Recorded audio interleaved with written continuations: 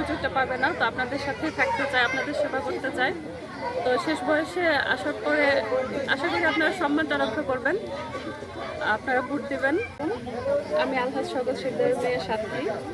আমি আমার বাবা এর আগে 2বার উপজেলা নির্বাচন করেছেন, আপনারা তাকে ভোট দিচ্ছেন, তার জন্য আমি কৃতজ্ঞ।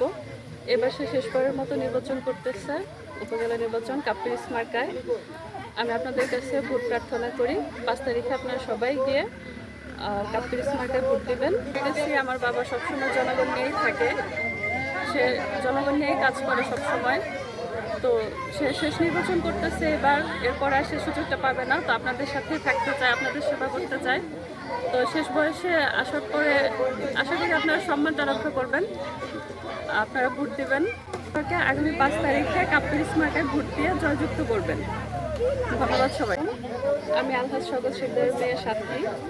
আমি আমার বাবা এর আগে 2বার উপজেলা নির্বাচন করেছেন, আপনারা তাকে ভোট দিচ্ছেন, তার জন্য আমি কৃতজ্ঞ। এবার সে শেষবারের মতো নির্বাচন করতেছে, উপজেলা নির্বাচন কাপ্পিরিস মার্কায়।